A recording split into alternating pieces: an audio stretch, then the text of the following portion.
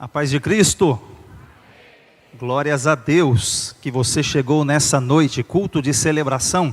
Abra sua Bíblia comigo, Neemias, capítulo de número 4.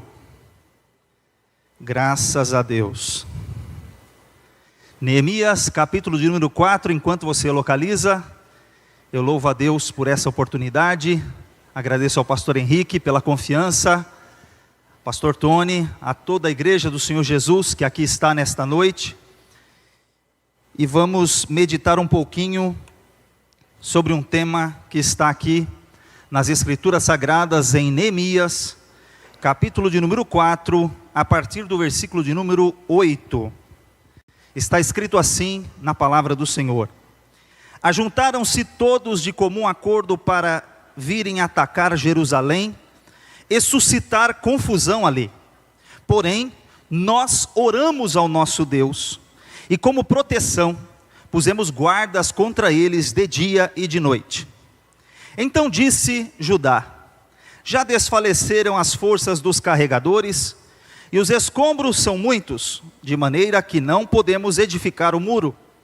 Disseram, porém, os nossos inimigos: nada saberão disso, nem verão até que entremos no meio deles e os matemos, assim faremos cessar a obra.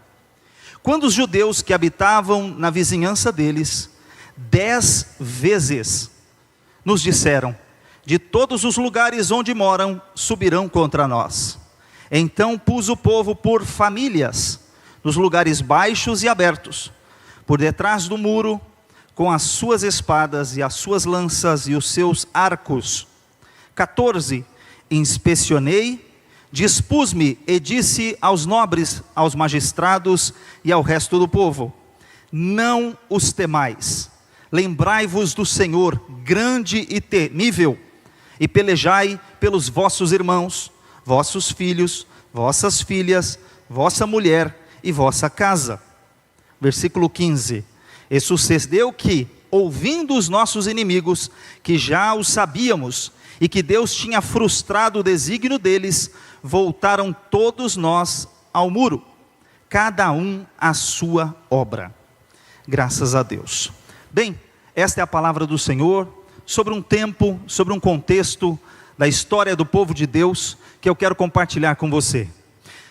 O tema da mensagem de hoje é: lute pela sua família. Repita comigo: lute pela sua família. Aqui nós temos uma mensagem importante, porque nós vivemos dias em que a família está sendo atacada constantemente. Quem não percebeu que semana passada, há poucos dias, em uma avenida, fizeram um movimento contra a família conservadora, contra a família constituída de homem, de mulher, de filhos, um ataque frontal à família, propaganda contra a família. Eles não têm mais medo e nem vergonha de atacar a família cristã. Não são somente estes ataques públicos que nós vivenciamos, os nossos jovens, os nossos adolescentes, as nossas crianças, os nossos filhos. Nós, adultos, somos todos os dias bombardeados com muitas informações e com muitos ataques do inimigo, sejam ideológicos e sejam também ataques espirituais contra as nossas famílias. E o Espírito Santo tocou no meu coração para ler esse texto e meditar com vocês sobre esta mensagem. Porque em um tempo da história, aqui quando nós estamos falando de Neemias, um homem que Deus levantou. Neemias é conhecido como um grande administrador. Eu vou passar aqui um pouquinho do contexto dele, mas quero trazer para os nossos dias, para a gente entender que lições nós podemos extrair da vida desse homem e aplicar na nossa vida de hoje. Então, só voltando um pouquinho na história de quem era Neemias. Neemias, para começar, ele era um copeiro. Aqui, se você pensar em copeiro, parece que nós estamos falando que ele só servia vinho diante do rei. Era um mero garçom, um mero mordomo. Não. Deixa eu te contar. Ele era o mordomo do rei Artaxerxes, que naquela época era o imperador da Pérsia. Deixa eu te dizer, nessa época, ele era o imperador do mundo. Era o homem que servia o vinho, que provava tudo que chegava à boca daquele homem. A cozinha daquele homem passava primeiro por Neemias, antes de chegar ao imperador do mundo. Pensa que ele era o braço direito de Donald Trump. Se fosse nos dias de hoje, o homem mais poderoso da terra, quem é a pessoa mais próxima, quem é a pessoa que inspeciona, supervisiona.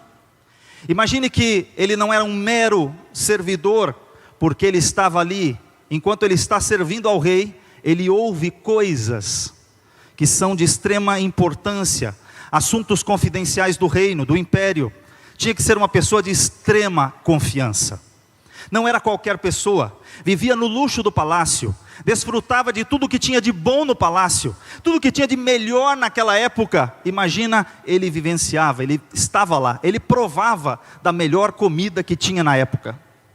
Mas um dia, quando um irmão vem de Jerusalém, voltando de viagem, ele vem e olha aquele irmão, e ele faz uma pergunta para aquele irmão. Ele diz assim: como está a situação dos nossos conterrâneos, lá dos nossos amigos, dos nossos irmãos lá em Jerusalém?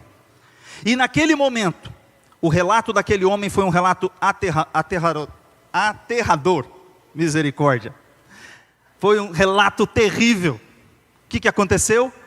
Ele começa a contar: os muros estão queimados a fogo, as portas queimadas, os muros derrubados, está uma situação terrível. Os nossos irmãos estão vivendo em grande miséria. Essa palavra entrou no coração daquele homem. Ele falou assim: bom, eu estou bem, eu vivo no palácio, eu vivo aqui confortavelmente, mas os meus irmãos em Jerusalém estão em miséria. A situação está ruim lá. Ele poderia falar assim: ah, não é problema meu, Deus me colocou neste lugar, Deus me honrou, Deus me colocou no local de destaque, por que me importar com os outros?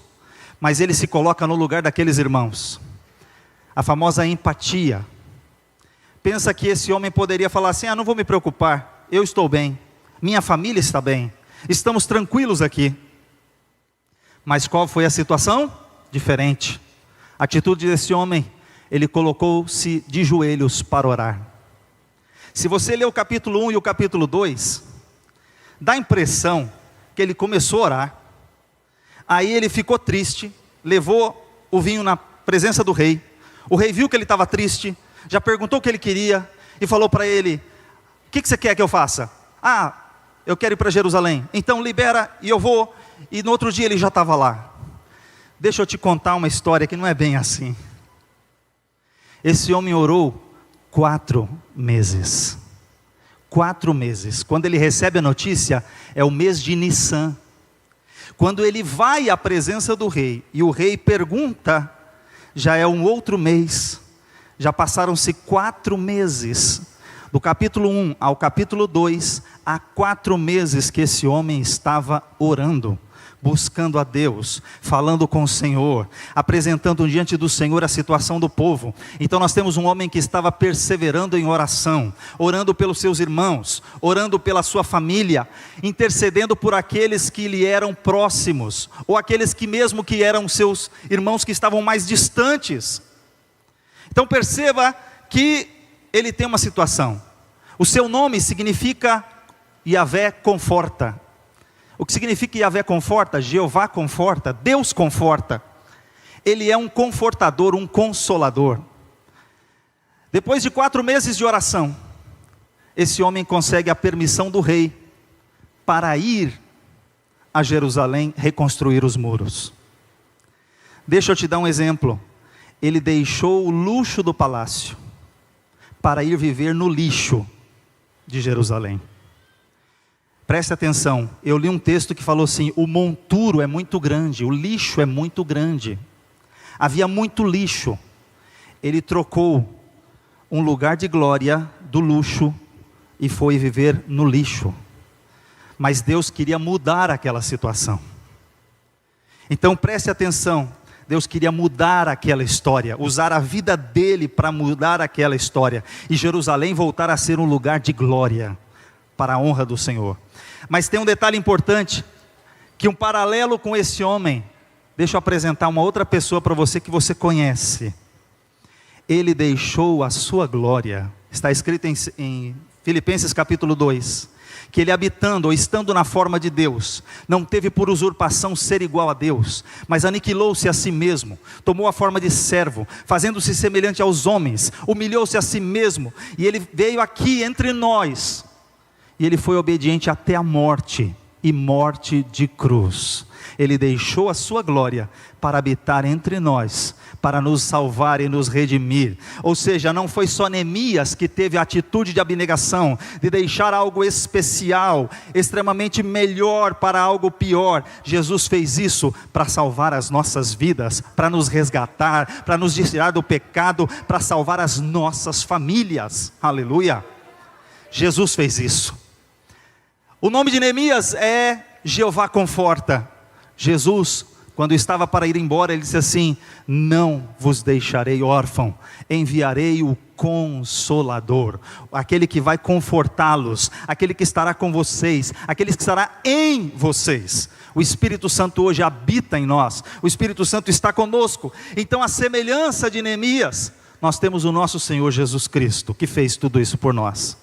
Mas Neemias foi, e Neemias chegou e tinha grandes desafios. Quando ele chega naquele lugar, ele se importava com pessoas, ele se importava com seus irmãos. E aqui o texto que nós lemos no capítulo 4, já avançando para onde nós chegamos: lute pela sua família.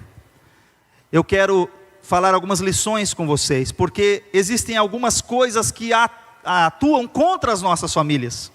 Eu quero destacar alguns itens para vocês. Por exemplo, como nós vamos enfrentar o inimigo. Veja que aqui, o versículo 8 que nós lemos, os inimigos se ajuntaram para a destruição. Olha, o texto diz: ajuntaram-se todos de comum acordo para virem atacar Jerusalém e suscitar confusão ali. O propósito era: vamos causar confusão, vamos atacá-los, vamos parar a obra, porque Neemias chegou e estava reconstruindo a cidade de Jerusalém, estava reconstruindo os muros, estava reconstruindo cada porta. E naquele momento, o inimigo não ficou contente. Quando você está fazendo a obra de Deus, não imagine que o inimigo esteja contente com a sua vida. O inimigo jamais estará contente com a sua família, com a sua casa, com a sua vida, com a obra que você está fazendo. O inimigo, ele quer te destruir. Diz a palavra de Deus, que ele ruge como um leão, buscando a quem possa tragar. Mas eu quero contar a novidade, que ele ruge como leão. O nosso Senhor Jesus, ele é o leão da tribo de Judá. Aleluia! Então, eles se levantaram contra aquele povo. E eu quero mostrar para vocês agora no versículo 10, que ele começou a agir. O inimigo usa 3 estratégias contra a nossa vida. Quantas estratégias? 3. A primeira é o desânimo e o cansaço. Repita comigo: desânimo e cansaço.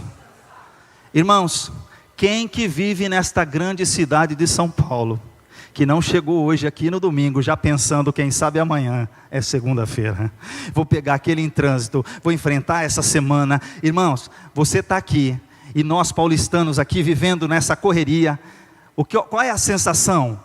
É metrô, é ônibus, é trem, é trânsito, e vai, e corre para lá, e corre para cá, e demora, e chega, e vai para o culto à noite, e chega em casa à tarde, e vai dormir, e vai levantar cedo.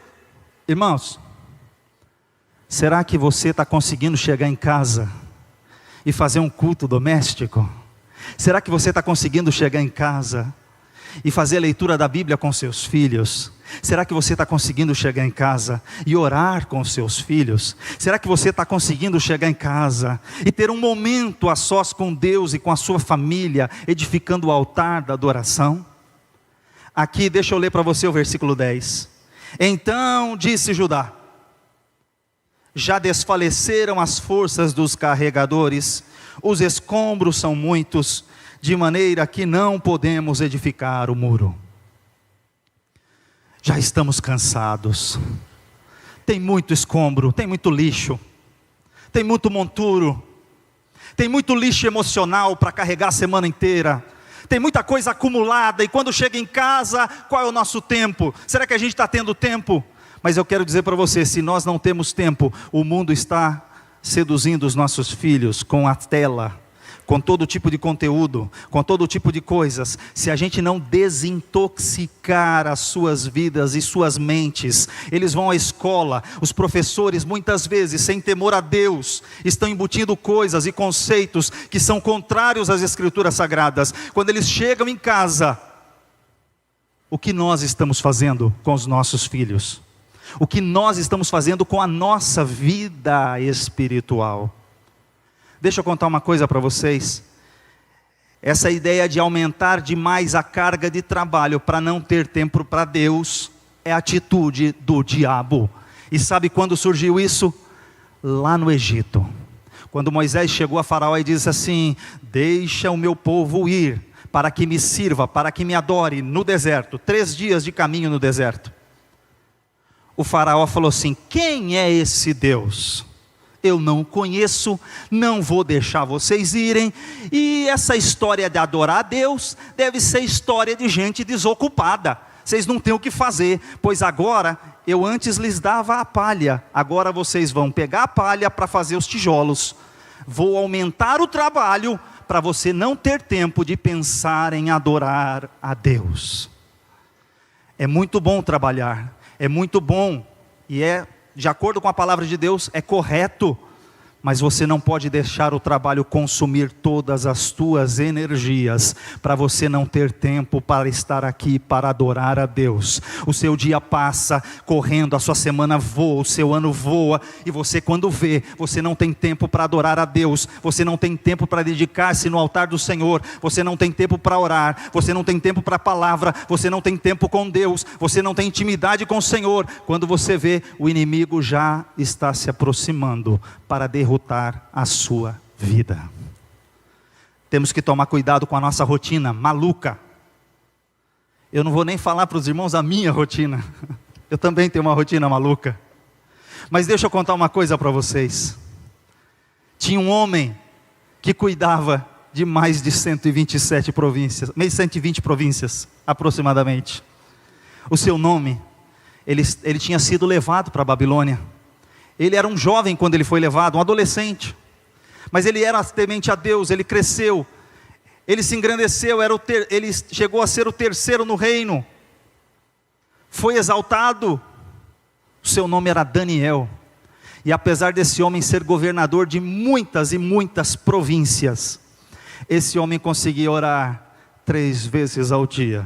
Ele conseguia dobrar o seu joelho, abrir a porta do seu quarto, estender as mãos para a cidade de Jerusalém e clamar ao Senhor: Senhor, eu espero o dia que vai cumprir a sua promessa. Senhor, eu espero o dia que eu vai cumprir a promessa que o Senhor disse a Jeremias, que depois de 70 anos nós vamos voltar. Senhor, eu espero o dia que o Senhor vai cumprir a tua palavra. Senhor, eu espero o dia que a tua mão vai entrar nesse lugar e vai fazer algo grandioso e glorioso.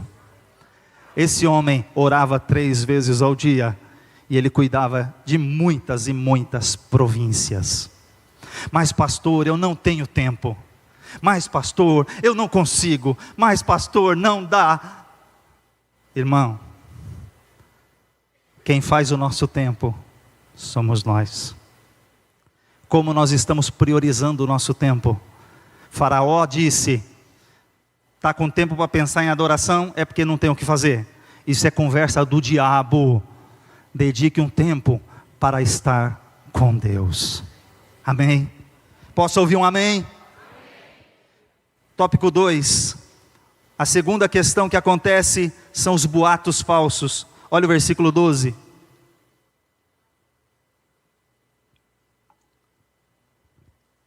Quando os judeus que habitavam na vizinhança deles 10 vezes, quantas vezes? Nos disseram: de todos os lugares onde moram, subirão contra nós.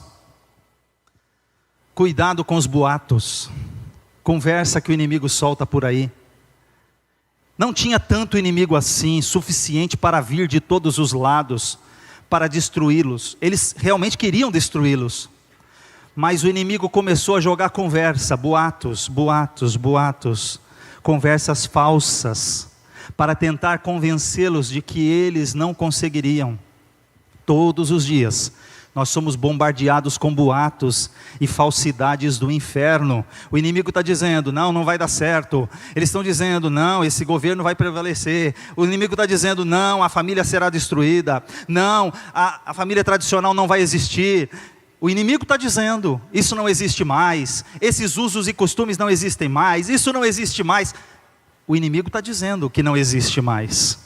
Está dizendo que você é careta, está dizendo que você não pode ser assim, que você tem que se evoluir, que você tem que se conformar ao mundo, ao padrão deles. Os nossos jovens, as nossas crianças e muitos de nós, pais, estamos nos acostumando a ouvir boato do inimigo. O inimigo está falando que vai, aí ele fica bombardeando com grande quantidade de informação, para ver se a gente desiste, para ver se a gente desanima, para ver se a gente entrega os pontos. Mas eu quero dizer para você que a gente tem que ouvir outra coisa. Eles estavam guardando os muros, mas não estavam guardando os seus ouvidos. Sobre tudo que se deve guardar, guarde o teu coração, porque dele procedem as saídas da vida. Tome cuidado com o que você ouve, de quem você ouve e o que você está ouvindo. Quantas mensagens que entram aqui para te desanimar, para tirar você do foco, para tirar você da presença de Deus. Toma cuidado com o que você está ouvindo, os boatos.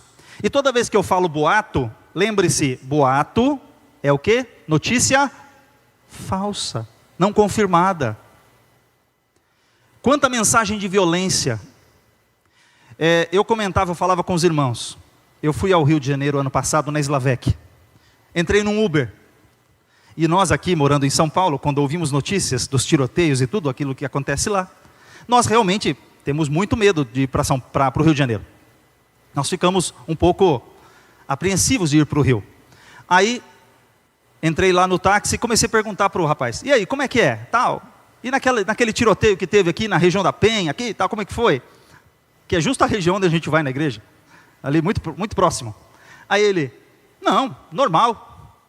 Eu estava trabalhando, inclusive, nesse dia. Como os transportes pararam, eu ganhei muito dinheiro, porque eu tinha que ir para lá e para cá. E ele falando para mim assim, com uma naturalidade, eu falei, não me convenceu. Mas, um pouco, ele tem razão. Eu vou explicar para vocês um pouco que ele tem razão. Realmente há violência? Há violência. Você tem que tomar cuidado? Com certeza tem que tomar cuidado. Mas os boatos, de tanto que a mídia aproveita e faz aquilo no holofote, você fica pensando que aquilo não é seguro. Você fala assim, de forma alguma, deve ter um bandido em cada esquina, eu devo ser assaltado a cada 5 passos que eu der. Você fica assim. Se você assiste certos programas de São Paulo, minha mãe mora no interior. Toda vez que começa a chover, minha mãe liga, manda mensagem. Filho, onde você está? Meu filho, e aí não sei o quê, e tal. Porque ela está assistindo que está tendo um alagamento em algum lugar de São Paulo. E ela acha que nós estamos presos num alagamento e que isso, aquilo.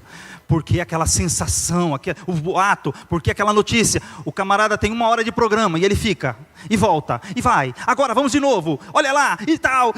Irmão, dá um desespero na gente. E você que vive aqui, você sabe que não é bem assim. Outra ilustração. Eu fui a Israel algumas vezes. Toda vez que alguém me pergunta, mas por que você foi para Israel? Lá é perigoso. Toda hora tem uma bomba explodindo e tal. Irmãos, eu nunca me senti tão seguro na minha vida. Tão seguro. Você vê as pessoas com aquelas armas, sim. Os soldados, sim, com certeza. Mas eu nunca tive a sensação de segurança como aqui. Eu não tenho essa sensação de segurança, aqui não, mas lá é seguro. Mas a mídia inflama tanto boato, tanta conversa furada, que faz parecer um pingo d'água, parece uma cachoeira. Então a gente tem que tomar cuidado com a conversa do inimigo, com os boatos que nós ouvimos, se é verdade ou se não é verdade. Toma cuidado com aquilo que você ouve, o que você leva para o seu coração. Vai averiguar os fatos. Os inimigos 10 vezes esparramaram boatos para que eles desanimassem. Então o primeiro ataque foi o ataque do desânimo interno, o cansaço. O segundo ataque foi sobre os boatos que se propagam. O terceiro ataque está no versículo 11. Vamos ler aqui comigo. Disseram, porém, os nossos inimigos: nada saberão disso, nem verão, até que entremos no meio deles e os matemos, assim faremos cessar a obra. Tem hora que o ataque vem de fora. Tem que tomar cuidado com os ataques internos, mas também com os ataques que vêm de fora. Então você tem que ficar atento com tudo que vem da cultura, com tudo que vem das filosofias do mundo, os ataques de fora para dentro. O inimigo quer te intimidar. Ele quer dizer, muitas vezes, Sanbalat e Tobias disseram, que fazem esses fracos judeus? Esse murinho de pedras, até as raposas derrubam. Irmãos, o muro de Jerusalém não é de tijolo baiano. São pedras que muitas vezes, dependendo da estrutura do muro, são de toneladas. Uma raposa derrubar um muro de pedra? Não acontece. Isso é conversa do inimigo para tentar fazer você se sentir nada, para fazer você se sentir um gafanhoto, para você fazer sentir que você não é ninguém. Mas deixa eu te contar uma coisa: você é filho do Deus Altíssimo, você é escolhida do Senhor, você é escolhido do Senhor, você foi chamado por Ele, você é especial, você tem valor diante de Deus. Cuidado com o que você ouve, ataques externos. O inimigo tenta te derrubar. Mas como que a gente vai vencer? Aqui tem uma lista de coisas que eles foram lá para cima deles. Como que a gente vai vencer? Vamos lá, 5 princípios para a gente entender como que a gente vai vencer o inimigo. Primeiro, cada um tem que defender a sua própria família. Repita aí: cada um defenda a sua própria família. Olha só, o versículo de número 13 e o 14. Então pus o povo por famílias. Ele separou o povo por famílias, nos lugares baixos e abertos, por detrás do muro, com as suas espadas e as suas lanças e os seus arcos. Inspecionei, dispus-me e disse aos nobres, aos magistrados e ao resto do povo: não os temais, lembrai-vos do Senhor grande e temível, pelejai pelos vossos irmãos, vossos filhos, vossas filhas, vossa mulher e vossa casa. Aqui tem um outro segredo importante. Para você vencer o inimigo, você tem que começar vencendo ele dentro da sua casa, com a sua família. Você e a sua casa precisam servir ao Senhor. Você e a sua família, proteja primeiro os que são da sua família. É muito interessante, se eu voltar um pouquinho no capítulo 3, vocês vão ver uma coisa super interessante quando ele estava edificando os muros. Ele falou assim: antes de você querer edificar a cidade toda, cada um edifique o pedaço próximo à sua casa. Faça primeiro, começa o culto lá na tua casa, depois você vem para cá. Mas começa lá. Lá tem que ser um pedacinho do céu. Lá não pode ser o pedaço do inferno e aqui o pedaço do céu. Tem que começar o culto lá na sua casa. E aí você vai trazer o céu para cá, amém? Então olha só, eles começaram a edificar, por exemplo, Neemias 3, versículo 28 e 30 diz assim: acima da porta dos cavalos os sacerdotes fizeram os reparos, cada um em frente à sua própria casa. Versículo 28, depois deles Zadok, filho de Imer, fez os reparos em frente à sua casa. Versículo 30, depois Ananias, filho de Selamias, Anum, filho de Sefate, fez os reparos de outro trecho. Ao seu lado, Mesulão, filho de Berequias, fez os reparos em frente da sua moradia. Então comece reparando, corrigindo, consertando. Aonde? Lá perto da sua casa, lá na sua casa. Tem que consertar? Conserta lá. Eu vou dar um exemplo para vocês.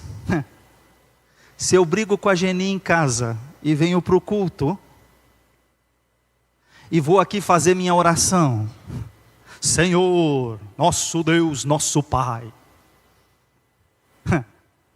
Você acha que Deus está escutando? Tá não. Eu já vim brigando no caminho de carro, até chegar na igreja, quebrando o pau. Chegou aqui, eu quero levantar a mão e dar glória a Deus. E Deus vai receber? Vai não. Tem que corrigir primeiro lá em casa, para Deus receber o sacrifício aqui. Para Deus receber nossa adoração, tem que o perdão. Está escrito lá em Pedro que as nossas orações são impedidas. Então, nós temos que começar a corrigir aonde? Lá perto da minha casa. Mas aqui eu estou falando sobre a proteção, sobre construir muros na sua casa. Que muros são esses que nós vamos construir? Daqui a pouco eu vou falar para vocês sobre 4 colunas desse muro, ou 4 lados desse muro, para a gente entender. Primeiro eu preciso corrigir e proteger a minha família. Nós precisamos estar atentos com o que os nossos filhos veem, o que nós vemos, o que nossos filhos veem, que notícia, o que a gente consome dentro de casa, quais são os nossos hábitos. Não estou falando que você não deve assistir nada, sim, você pode. Momento de lazer com a sua família, claro que pode e deve. Mas será que isso convém? Será que é bom? Será que edifica? Então avalie aquilo que é bom. Se é algo que não presta, tira da sua casa. Se há algum altar na sua casa que não agrada a Deus, remova-o. Comece corrigindo na sua casa. Proteja a sua família. Então, ele começa com esse tópico muito importante para falar para a gente que cada um deveria defender os seus próprios irmãos, a sua própria casa, a sua própria família. E aí ele avança um pouquinho para dizer o seguinte, que quando a gente defende a nossa família, ele fala aqui, ó, os seus irmãos, as suas irmãs. Depois a gente vai expandir o conceito de família. Como que nós nos tratamos aqui? A paz do Senhor, a paz de Cristo? Irmão, irmã, nós nos tratamos como uma família. Depois nós vamos expandir isso para cá, mas primeiro começa protegendo a nossa própria família, para depois você proteger toda a cidade. Então começamos pelas nossas famílias. Vamos começar corrigindo a nossa família. Deixa eu passar para você que muro que eu preciso levantar dentro da minha casa. Eu preciso levantar o muro da palavra de Deus. Ou seja, a palavra de Deus precisa ser lida e estudada dentro de nossos lares. Nossos filhos precisam conhecer as Escrituras Sagradas. Nós precisamos ler as Escrituras Sagradas. Começando pelo muro da palavra de Deus. Segundo muro, da oração e da perseverança. Precisamos orar, nossos filhos precisam ver nós orando, nossas casas precisam ter oração e perseverança. Terceira parte desse muro, tem que ter o exemplo dos pais. Os pais são exemplo para os filhos, a liderança. Você aprende como? Você aprende com a exemplo. Jesus falava dos fariseus, escribas e fariseus o quê? Hipócritas. Por quê? Falava uma coisa e fazia outra. Então, primeira coisa, é mais fácil eles aprenderem com exemplo. E deixa eu dar um exemplo clássico. A gente ensina nossos filhos, não pode mentir. Mentira é do diabo. O diabo é o pai da mentira. Muito bem. Aí alguém liga, a criança atende, e o pai fala assim, fala que eu não estou. O que o pai está ensinando para a criança? Diga para ele que eu não estou. Aí a criança, muito inocente, meu pai mandou eu falar que ele não está. Meu pai mandou falar que não está. A gente diz que não pode mentir, mas eles nos veem mentindo. E agora? Como é que faz? Então eles aprendem com os exemplos. E nós temos que ser os exemplos. A liderança tem que ser o exemplo. Então os pais precisam começar a liderar pelo exemplo. Quarta parte do muro, temor a Deus. Por que José não pecou? Ele disse assim, como poderia eu pecar contra o meu Deus? Ele não falou desrespeitar a religião ABCD, desrespeitar simplesmente meu Senhor. Mas como ele poderia pecar contra Deus? Então veja, o temor do Senhor é o princípio da sabedoria. O texto aqui vai nos dizer que eles precisavam fazer algumas regras que estão baseadas nesses 4 pontos desse muro. Então você protege a sua casa, a sua família, primeiro, levantando o muro da palavra de Deus. Leve a palavra de Deus para dentro da sua casa. Depois a oração, tem que ter oração na sua casa. Tem que ter o exemplo dos pais na casa e tem que ter o temor do Senhor. Se houver o temor do Senhor, então a gente estará cercados e protegidos para a glória de Deus. Amém? Então, aqui ele começou falando que cada um tinha que usar os seus recursos. Depois, nós precisamos considerar as nossas armas. O versículo 13 diz o seguinte: então pus o povo por suas famílias nos lugares baixos e altos, por detrás do muro, com as suas espadas e as suas lanças e os seus arcos. Irmãos, há momento de usar os instrumentos de trabalho e há os momentos de usar as armas. E que armas espirituais o Senhor entregou para cada um de nós? Quais são as armas espirituais que Deus entregou para nós? Então nós, quando vamos proteger nossas famílias, devemos usar as armas que nos foram confiadas, que eu já disse para vocês: a palavra, que é a espada do Espírito, a oração, o escudo da fé. E aí você tem outras armas espirituais que nós podemos tomar aqui do texto de Efésios capítulo 6. Mas temos que usar as armas que Deus nos entregou. Deus já te deu as estratégias. Como você vai proteger a sua família? Em terceiro lugar, nós temos que ter confiança na liderança. O que Neemias fez? Ele estava junto. Ele foi para Jerusalém para defender os seus irmãos. Ele deixou o luxo e veio para defender os seus irmãos. Ele estava junto, ele diz: inspecionei, fiz a minha parte, continuei trabalhando. Nós falamos que temos que orar e vigiar, ou vigiai e orai, para que não entreis em tentação. Ele fez o povo, primeiro trabalha, mas também tem que estar protegendo a sua casa. Nós não podemos só orar. A irmã fala: eu vou para a igreja, vou lá no círculo de oração, vou colocar o nome da minha família toda. Glória a Deus, isso é importante. Mas se você não vigiar com o que os nossos filhos estão vendo dentro de casa, o que eles estão assistindo lá no quarto trancado e nós não estamos vendo nem monitorando, será que, não, ele tem maturidade, será que ele tem maturidade? Deixa eu dar um exemplo para você, parece brincadeira, mas computador ou TV deveria estar aonde? Na sala, não no quarto, às 3 da manhã. O que esse jovem está fazendo às 3 da manhã, num computador, sozinho, na madrugada? Ele tem temor a Deus, mas vigia, presta atenção, observa. Tem coisas que são aparência do mal, pode não ter nada, mas tem a aparência do mal. Então aqui, a gente tem que estar atentos, usar todas as armas que nós temos em nossas mãos. Outra questão que tem no texto: ter o foco em Deus e não no inimigo. Olha o texto que ele diz aqui no versículo 14 em diante: não os temais, lembrai-vos do Senhor, grande e temível, pelejai pelos vossos irmãos, vossos filhos, filhas e vossa casa. Ele fala assim: não tema o inimigo. O problema é que hoje tem muitas pessoas com medo do inimigo. Não, você é cheio da graça e do poder do Espírito Santo. Resisti ao diabo e ele fugirá de vós. Nós não precisamos ter medo do inimigo. Aliás, uma coisa muito interessante é que ele diz assim: lembrai-vos do Senhor, lembre de quem é o seu Deus, olhe para quem é o seu Deus, tema o seu Deus. Jesus disse: não temos que matam o corpo e não podem fazer mais nada com isso, mas tema aquele que pode matar tanto o corpo quanto a alma e lançá-los no inferno. É melhor temer o Senhor do que temer os inimigos.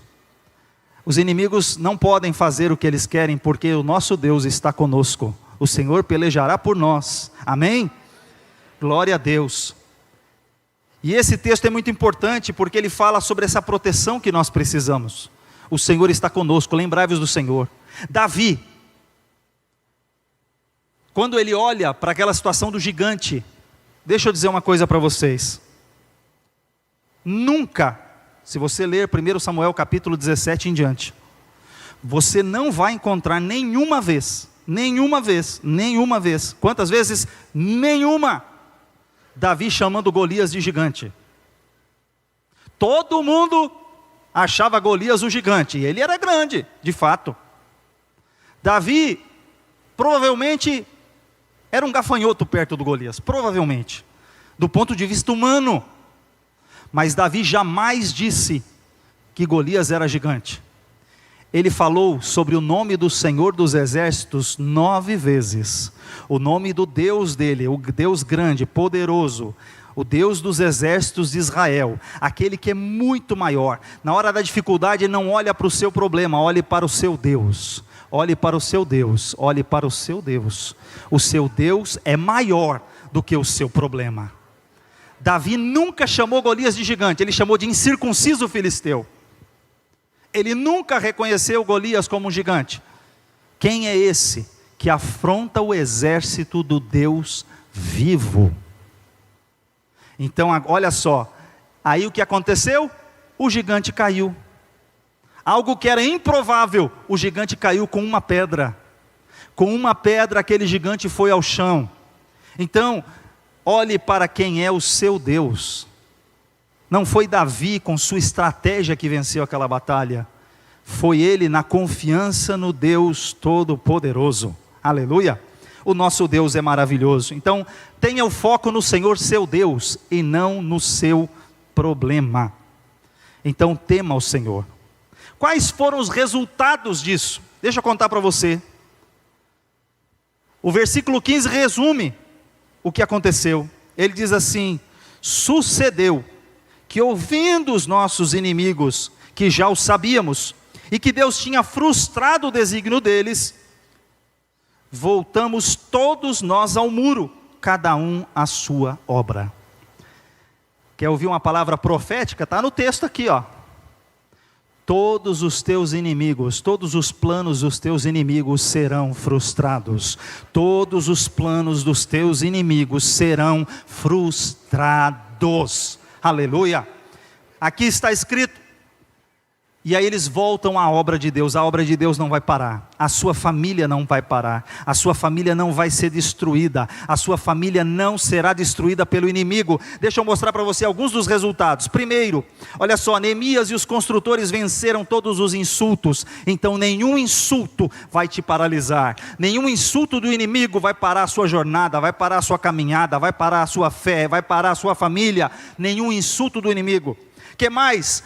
Neemias e os construtores venceram as intrigas. Houve um dia que eles começaram a brigar entre si.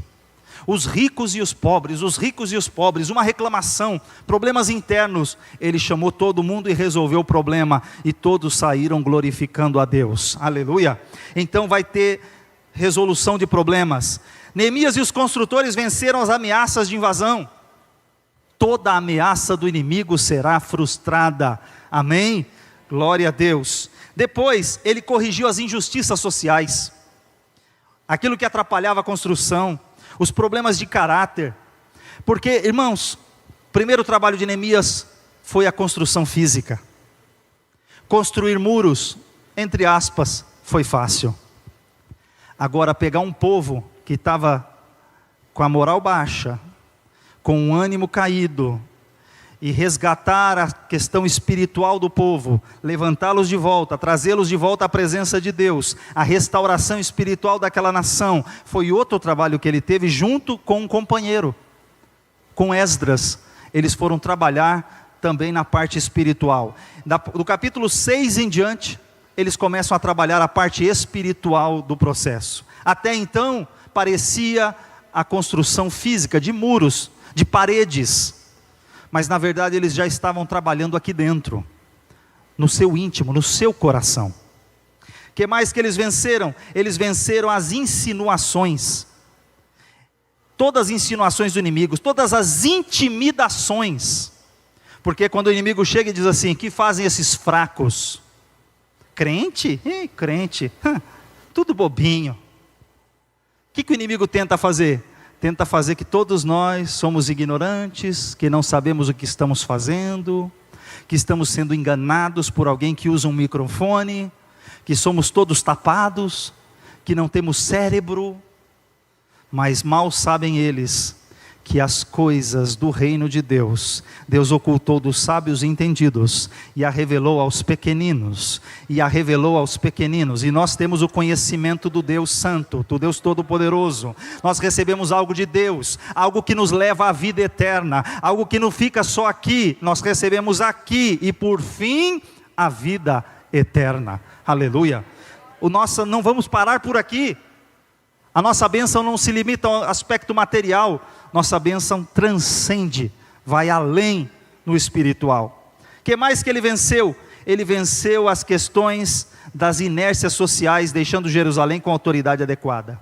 Olha só, depois que estava tudo construído, a cidade precisa ser povoada. Agora temos uma cidade construída, aleluia. Imagina o desafio do pastor quando constrói uma igreja, ou quando inauguramos uma igreja. É lindo esse monte de cadeira, mas qual é o desafio?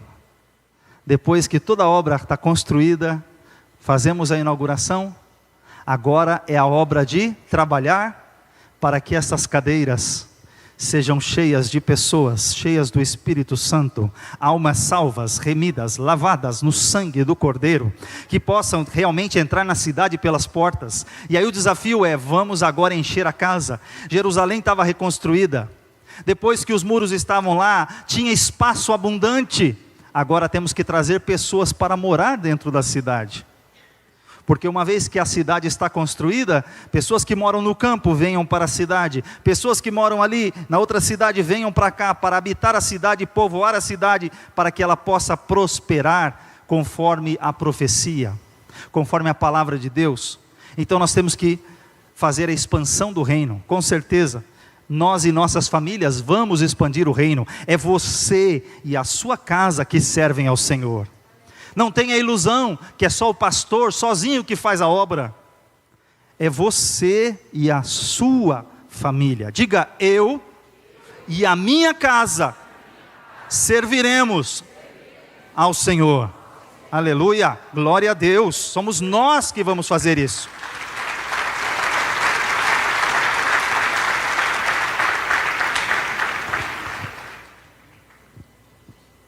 E aí eu vou resumir agora. Em 52 dias, tudo aconteceu. 52 dias, tudo estava reconstruído. Eles venceram os inimigos. As suas famílias estavam unidas. Já não tinha mais problemas sociais. Os irmãos já estavam se entendendo. Já estavam vivendo em harmonia. E agora é a hora de partir para a edificação espiritual. Ele ficou um tempo apontado, ele voltou depois para a região dele. Depois que ele voltou lá para o rei Artaxerxes, o rei ainda permite que ele retorne e fique mais 12 anos na administração e no governo da cidade de Jerusalém, até que ele possa estabelecer um governo, e o governo seja feito para a glória de Deus. Então a obra foi concluída. Então, só para recapitular, Neemias deixou o luxo, foi viver entre os cativos, para fazer uma grande obra. Jesus deixou a glória e veio até nós e operou uma grande obra. E hoje eu, você, nós e nossas famílias podemos glorificar a Deus. Deixa eu te dizer da família que Jesus disse. Lá em Mateus capítulo 12, Jesus, ele chega num momento em que a família dele chega do lado de fora. Jesus está pregando e chega Maria e seus irmãos e ficam do lado de fora. E quando eles estão do lado de fora, alguém vem e diz para Jesus: olha, Senhor, tua mãe e teus irmãos estão ali fora. Como é que é? A mãe de Jesus não entrou para o culto? Não veio ouvir ele pregar? Os irmãos de Jesus não vieram para o culto? Estão lá fora. Jesus olhou e disse assim: quem são meus irmãos? Quem é minha mãe?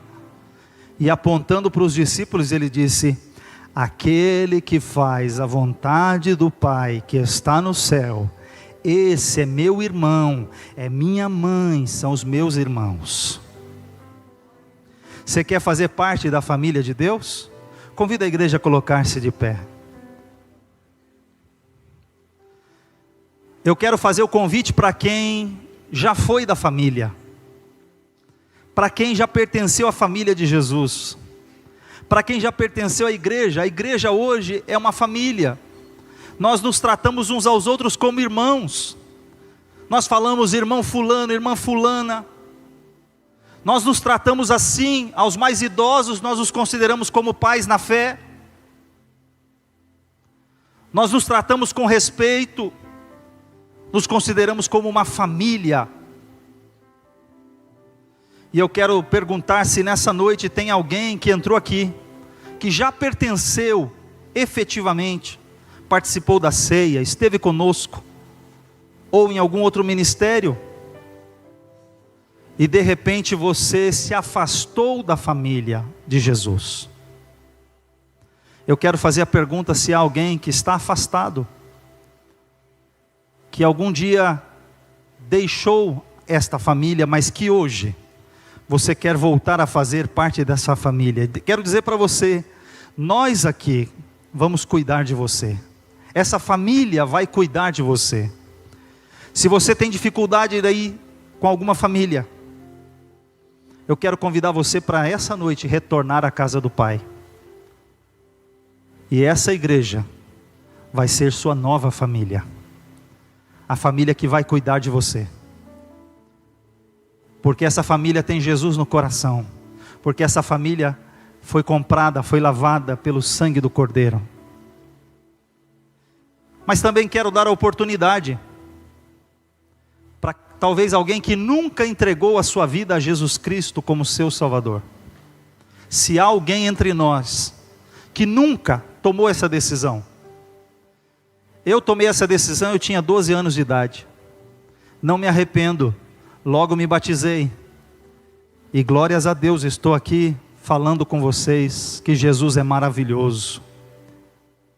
Teve uma vez, quando meu pai abandonou minha mãe, e quando ele não podia dar algumas coisas para mim, tem alguns irmãos da orquestra que eu estou vendo aqui, eu não podia comprar um instrumento, e eu fui dobrar o joelho e fui falar com Jesus. Porque o meu pai, ele construiu uma casa para uma outra mulher. Abandonou a minha família. Tinha dinheiro para construir casa para outros. Mas não podia me ajudar. Mas eu dobrei o meu joelho e falei assim, meu pai, o meu pai da terra não vai me comprar um instrumento para mim. Mas eu quero que o Senhor me abençoe, que o Senhor me dê um instrumento. E eu pedi para o meu papai do céu. O meu papai do céu me deu o instrumento. Depois o meu papai do céu me fez ser regente da orquestra. Quando eu vejo esse coral lindo cantando, é bênção, me emociono. Porque eu também fui regente de coral, de orquestra, de grupo de mocidade. Mas foi meu papai do céu que me atendeu. Eu vou te dizer, se o teu pai e a tua mãe daqui te desamparar, diz a palavra de Deus, o meu pai, disse Jesus, está escrito lá em Isaías, ele vai te recolher. O teu pai não vai te desamparar. Ainda que a mãe esqueça-se do filho que amamenta, todavia eu, Senhor, não me esquecerei de ti. Tem alguém para Jesus hoje? Deixa eu ver, levanta a sua mão, deixa eu ver. Tem alguém que quer voltar para Jesus? Quer entregar sua vida para Jesus hoje? Tem alguém? Deixa eu ver. Quer entregar sua vida? Quer voltar hoje? Não tem? Aproveite essa oportunidade. Se não tiver, eu quero fazer uma oração por você e para a sua família. Se você estiver próximo da sua família, se achegue à sua família e vamos orar. Eu quero orar para que você lute pela sua família. Eu quero que você saia daqui hoje, nessa noite, com esse propósito: eu vou lutar pela minha família. Repita comigo: eu vou lutar pela minha família, em nome de Jesus. Vamos orar. Eu vou orar por vocês e já passo o microfone ao pastor Tony. Oremos. Senhor nosso Deus, neste momento, Senhor, eu apresento, meu Deus, a família de cada um dos teus filhos que vieram aqui nesta noite, Senhor. Ó meu Deus, o Senhor me incomodou para falar esta mensagem, e creio que o Senhor, ó meu Deus, a tua palavra não volta vazia. Ó querido Senhor, toca na família de cada um deles, que eles tenham consciência, Senhor, de fazer, Senhor, e de lutar por suas próprias famílias, a instituição divina, aquilo que o Senhor estabeleceu. Ó meu Deus, com o teu poder, entra na casa dos teus filhos, faz uma obra gloriosa, salva quem, Senhor, ainda não está salvo. Ó meu Deus, liberta aqueles que estão nas drogas, transforma, Senhor, muda a condição da família dos teus filhos, renova o ânimo, Senhor, dá força aos teus filhos para, Senhor, mudarem suas atitudes dentro de casa, e que suas famílias fortes, ó meu Deus, vamos ter uma igreja forte. Nós cremos, Senhor, no poder do teu Espírito Santo atuando na vida de cada um, em nome de Jesus. Eu peço, Senhor, abençoa a família dos teus filhos, em nome de Jesus, amém. Deus abençoe. Minha família é bênção do Senhor.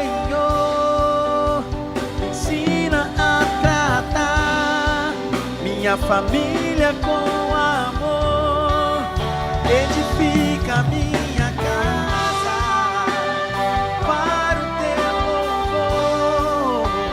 A minha família é um presente do Senhor. Glória a Deus. Você quer louvar ao Senhor pela vida do pastor Ivelto? Deus abençoe.